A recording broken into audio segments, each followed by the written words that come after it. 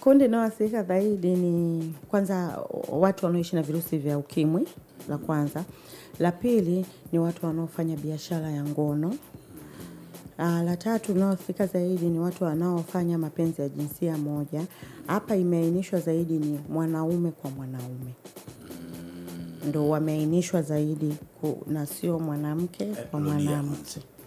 Wanaofanya biashara ya ngono. Ndio. Kundi la kwanza. La pili. Wanaoishi na virusi vya ukimwi. La tatu. Wanaofanya mapenzi ya jinsia moja zaidi ni mwanaume kwa mwanaume. Hawa wako hatarini. Ndio. Sasa mimi nimewaona wanaopata haya maradhi, hasa yule bwana aliyejirikodi yule. Katusaidia sana walai. Wanakuwa na kabili niende nikagugo kidogo, nijiongeze.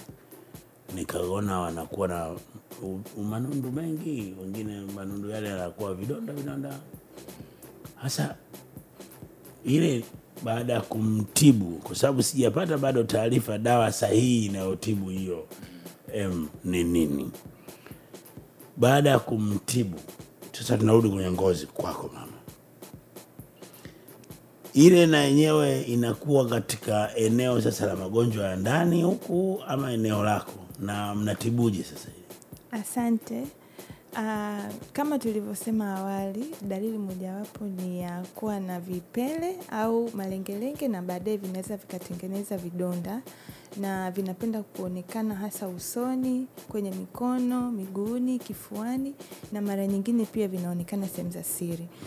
Na hii sasa itaweza kutusaidia kutofautisha kati ya wewe ulisema chickenpox, tete kuwanga pamoja na mpox.